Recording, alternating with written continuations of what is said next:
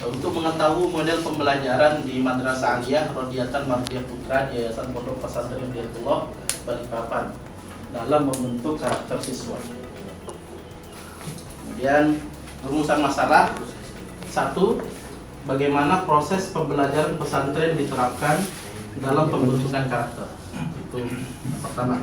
Yang kedua adalah bagaimana praktik ibadah dilakukan dalam pembentukan karakter.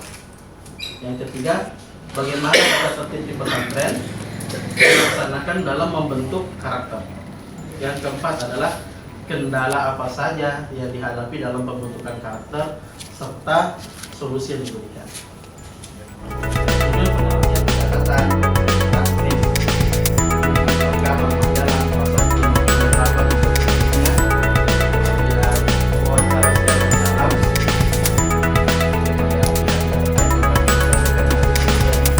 yang ketiga adalah dengan cara observasi sebagai teknik ilmu data yang tidak terbatas hanya pada orang, jadi dengan melainkan juga pada objek-objek alam yang lain seperti itu yang diterapkan oleh Hari Kunto di 2010.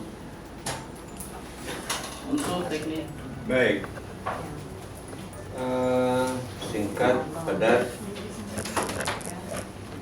Selanjutnya saya akan undang penguji. Kalau amal tidak ada, saya mulai dari Ibu Dr. Haja Nurlaili. Silakan Bu. Baiklah, terima kasih Dok. Baiklah, Bapak Abdul Malik, Iya. ngajar di sana kah? saya di ngajarnya di Sempaja sini. Kesempaja sebagai penelitiannya di Balikpapan itu kan? Iya. Kenapa ambil di Balikpapan? Sebenarnya saya alumni sana ya Bu. Alumni sana, kemudian ada untuk kemudahan akses kami juga di sana, keterbatasan model yang paling memungkinkan untuk kami kaji mungkin di pesantren di Balikpapan itu. Baik, terima kasih Bu Nurlaili. Berikut Pak Dr. Jansa. Jadi menyambung apa yang disampaikan tadi, jadi memang kita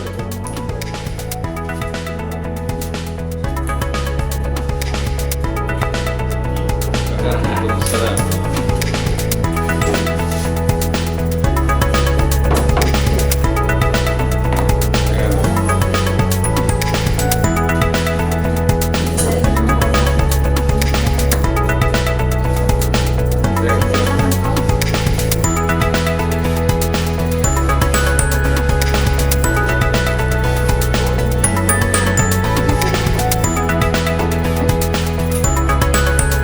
Ya, terus jalan.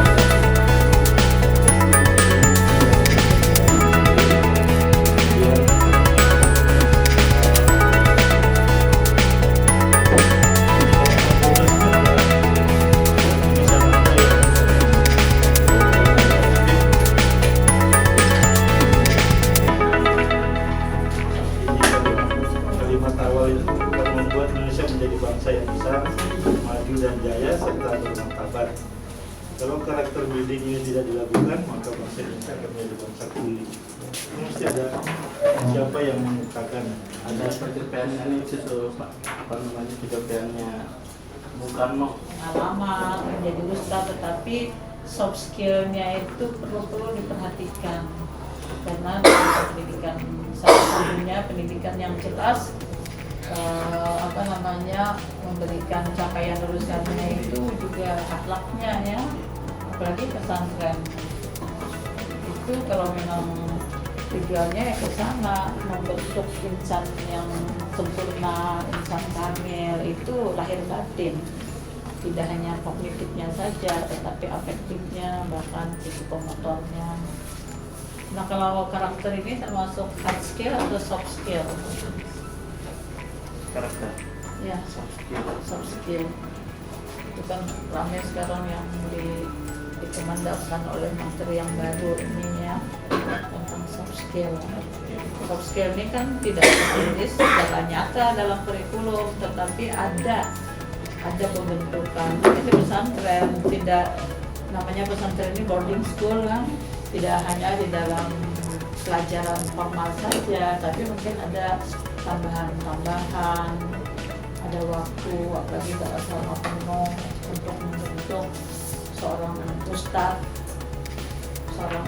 jadi tidak hanya ilmuwan, tetapi juga anaknya itu sangat bermanfaat.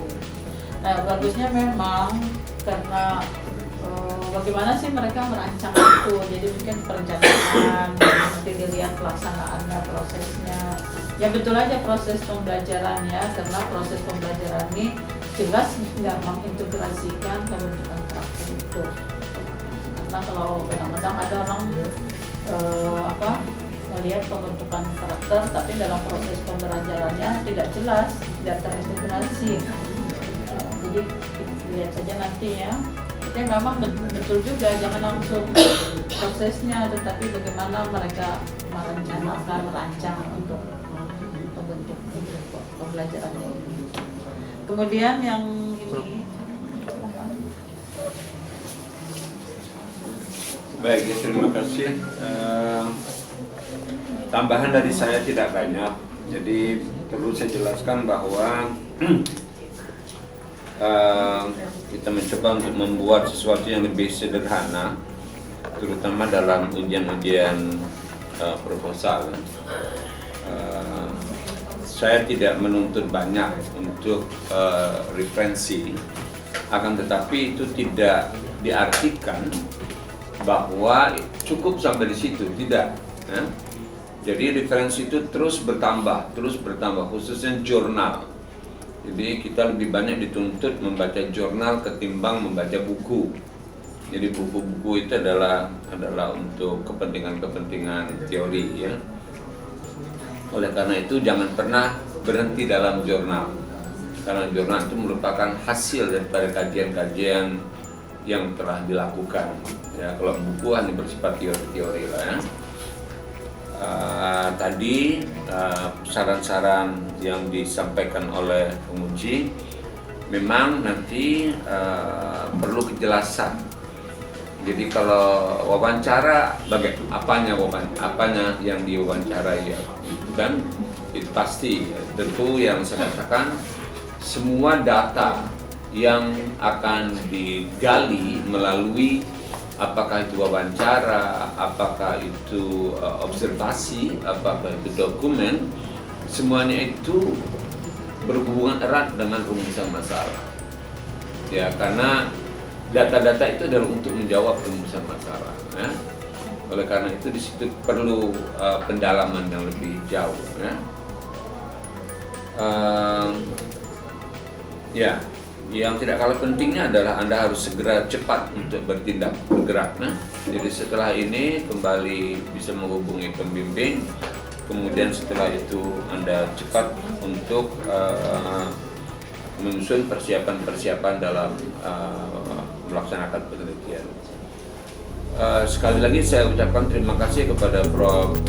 Amir yang hadir pada ujian proposal pada tanggal hari ini sebelum zuhur, kepada bimbing dan kepada seluruh student yang sempat hadir untuk mengamati jalannya sidang-sidangan pada hari ini. Cukup sekian, selamat bekerja. Assalamualaikum warahmatullahi wabarakatuh. Oh ya, program Magister Manajemen Pendidikan pada hari ini, hari Senin tanggal 30 bulan 12 tahun 2019 telah diselenggarakan seminar proposal program Magister Manajemen Pendidikan atas nama Abdul Malik Najamudin, betul ya? NIM 15051460002, betul ya? Program Studi Manajemen konsentrasi teknologi pendidikan. Judul model pembelajaran pesantren dalam pembentukan karakter siswa. Seminar proposal telah diselenggarakan di ruang sidang program Magister Manajemen Pendidikan Universitas Norman dengan susunan tim penguji sebagai berikut. 1. Saya sendiri, Prof. Rahmat Suhud. Yang kedua, Prof. Zainal Hamim. Yang ketiga, Prof. Muhammad Amir. Yang ketiga, Dr. Hajah Nur Laili. yang keempat Dr. Johansa. Berdasarkan jawaban-jawaban atas pertanyaan tim penguji, kepadanya Anda dinyatakan lulus ya dengan nilai rata-rata 79,14 ya. Ketua Rahmat Suud dan Sekretaris Ibu Prof. Syarifani. Saya kira ini tidak menjadi persoalan karena ini adalah proposal ya. Yang penting adalah bagaimana Anda setelah ini untuk melakukan persiapan yang lebih matang. Jadi ibarat kalau orang mau bertempur itu maka senjatanya dipersiapkan baik-baik dahulu semua, baru turun ke lapangan ya. Secepat mungkin ya. Ya. Jadi terutama dengan wawancaranya terus tidak. Tadilah semua itu hubungannya dengan rumusan masalah. Saya kira cukup sekian. Saya ucapkan terima kasih. Sekali lagi, Assalamualaikum warahmatullahi wabarakatuh. Waalaikumsalam warahmatullahi wabarakatuh. Assalamualaikum.